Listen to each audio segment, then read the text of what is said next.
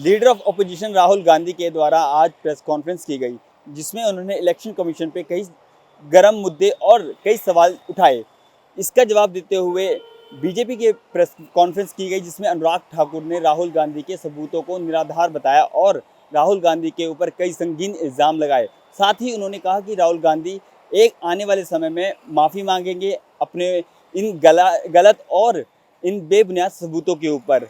आइए सुनाते हैं आपको अनुराग ठाकुर ने क्या कुछ कहा। चुनाव दर चुनाव हार और जनता से नकार दिए जाने वाले एक नेता, जिनके नेतृत्व में लगभग 90 चुनाव कांग्रेस पार्टी हारी, उनकी हताशा निराशा दिन पर दिन बढ़ती जा रही है और आरोपों की राजनीति को इन्होंने अपना आभूषण बना लिया है।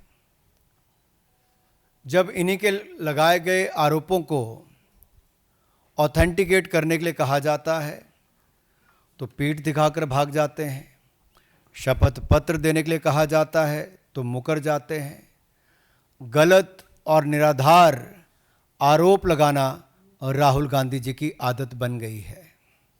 आज की प्रेस कॉन्फ्रेंस में हाइड्रोजन बम फोड़ने वाले थे, फुलझड़ी से काम चलाना पड़ा, वो भी फुस हो गई। क्या हो गया? इलेक्शन कमीशन ने बड़ा स्पष्ट कहा है कि no deletion of any vote can be done online by any member of public. Online किसी भी वोट को नहीं काटा जा सकता और no deletion can take place without giving an opportunity of being heard to the affected person। तो बगैर किसी की बात सुने उसका वोट नहीं काटते, उस पर निर्णय नहीं करते। 2023 में अनसक्सेसफुल अटेम्प्ट्स की गई, प्रयास किए गए जो विफल रहे, नाम काटने के आलंद असेंबली कॉन्स्टिट्यूएंसी में। और ये इलेक्शन कमीशन ने एफआईआर फाइल करने के लिए ही कहा था इस पर, और मैटर इन्वेस्टिगेट करने के लिए भी इलेक्शन कमीशन ऑफ इंडिया ने ही कहा था।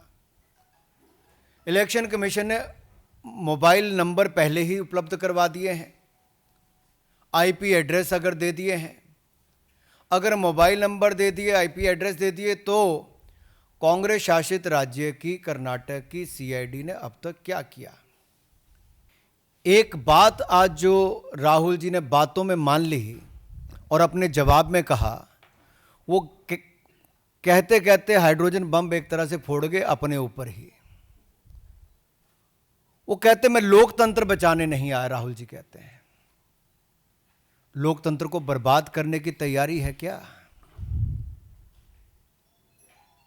गलत निराधार आरोप बार बार संवैधानिक संस्थाओं पर लगाना, गलत निराधार आरोप बार बार इलेक्शन कमीशन ऑफ इंडिया पर लगाना, कभी ईवीएम पर प्रश्न चिन्ह खड़े करने, कभी वीवीपैट पर करना, कभी चुनावों के नतीजों पर करना, और कभी टूल किट के सहारे भारत के लोकतंत्र पर, संवैधानिक संस्थाओं पर प्रश्न चिन्ह खड़ा करना, क्या यह आदत सी बन गई है?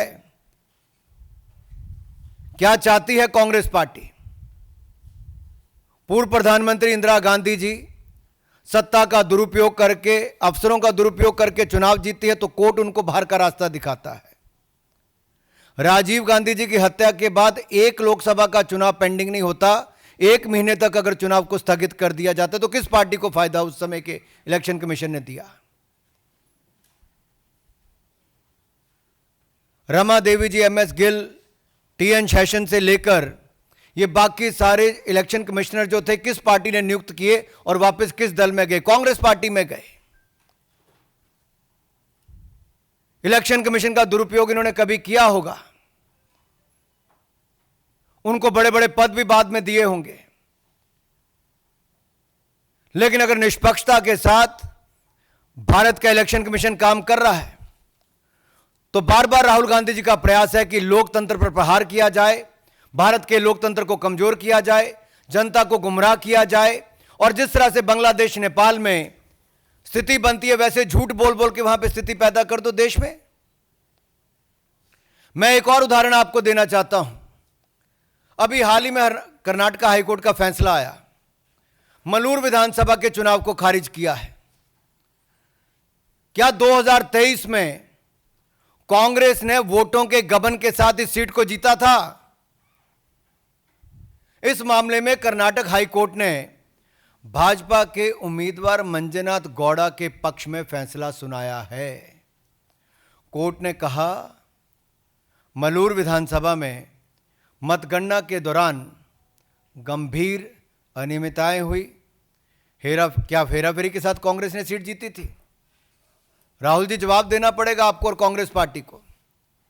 देखिए, सबसे पहले तो मुझे कड़ी आपत्ति है, कोई विपक्ष का नेता हर रोज अपने ही देश में हाइड्रोजन बम गिराने की धमकी दे रहा है। ये कौन सी भाषा है? कुछ समय पहले हमने देखा कि असीम मुनीर धमकी दे रहे हैं न्यूक्लियर बम की, और हमारा विपक्ष का नेता हर रोज धमकी देता है कि हाइड्रोजन बम छोड़ेगा देश पर। मुझे लगता है कि इस शब्द की निंदा होनी चाहिए। इस व्यक्ति को इस देश की राजनीतिक संस्कार के बारे में कुछ नहीं पता है। अब मैं आता हूं जो आरोप उन्होंने लगाए हैं।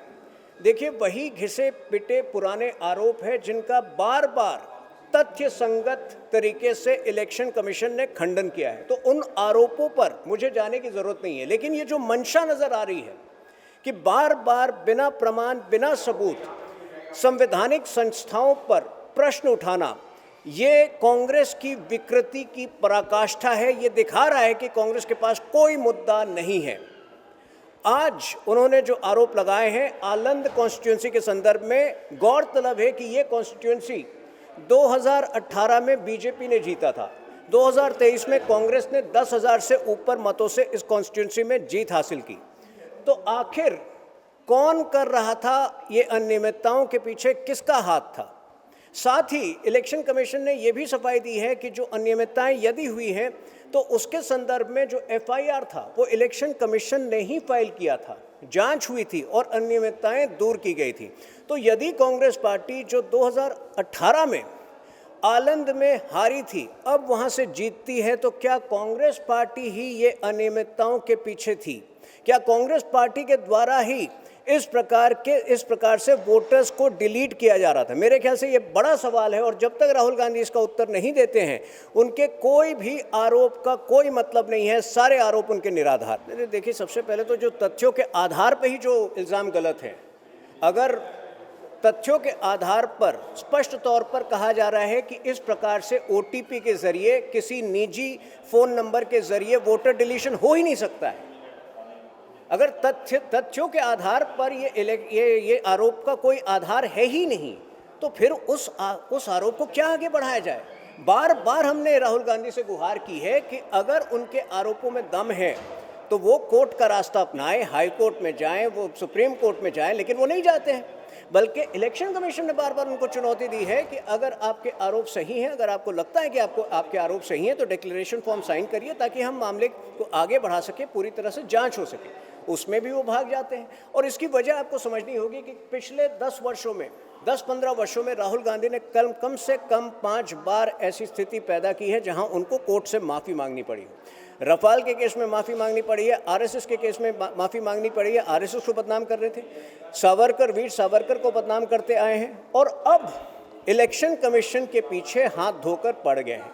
हम इलेक्शन कमीशन के बिहाफ में जवाब नहीं दे रहे। इलेक्शन कमीशन पूरी शीघ्रता के साथ, तुरंत कुछ मिनटों के अंदर इलेक्शन कमीशन ने जवाब दे दिया है। लेकिन ये जो तरीका है विपक्ष के नेता का कि बार बार अपनी हार के लिए संवैधानिक संस्थाओं पर आरोप लगाए, हम इसका खंडन करते हैं। देखिए, बिहार चुनाव के परिणाम इनको भी पता है।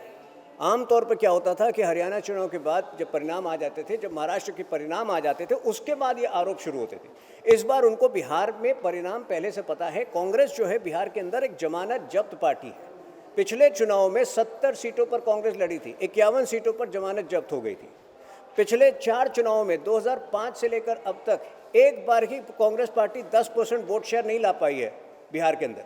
तो कांग्रेस पार्टी चाहे जो भी कर ले बिहार में, केवल और केवल इस वक्त उसका संघर्ष आरजेडी से है, ताकि आरजेडी से कितनी ज़्यादा सीटें वो हथिया सके पार्टनरशिप में, कोएलिशन में। केवल उनका ध्यान उस पर है, और इसीलिए ये सारे गिमिक्स, ये सारे ड्रामा हो रहे हैं।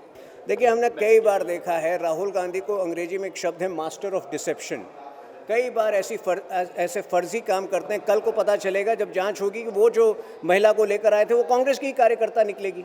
तो ऐसे तो कई आरोप उन्होंने लगाए हैं और बाद में पता चला है, बीच में रंजू देवी का उन्होंने चलाया था। रंजू देवी ने कहा कि नहीं, मेरा नाम हटाया नहीं गया है। कांग्रेस के कार्यकर्ताओं ने आकर मुझे कहा कि आप राहुल गांधी से ऐसा ऐसा कह दीजिए। तो राहुल गांधी जो है वो फरेब की राजनीति कर रहे हैं, झूठ की राजनीति कर रहे हैं। और जब आप झूठ की राजनीति कर रहे हैं तो आपको कई ऐसे उदाहरण प्रस्तुत करने पड़ते हैं जो बाद में गलत साबित होते हैं। जैसा कि आपने सुना, बीजेपी लीडर तुहिन सिन्हा ने क्या कुछ कहा राहुल गांधी के ऊपर, उनके बेबुनियाद बयानों के ऊपर, और उन्होंने ये भी कहा कि आने वाले समय में राहुल गांधी इस पर माफ़ी मांगेंगे। कैमरामैन विनोद के साथ मैं संजय दिवाकर, नवोदय टाइम्स, दिल्ली।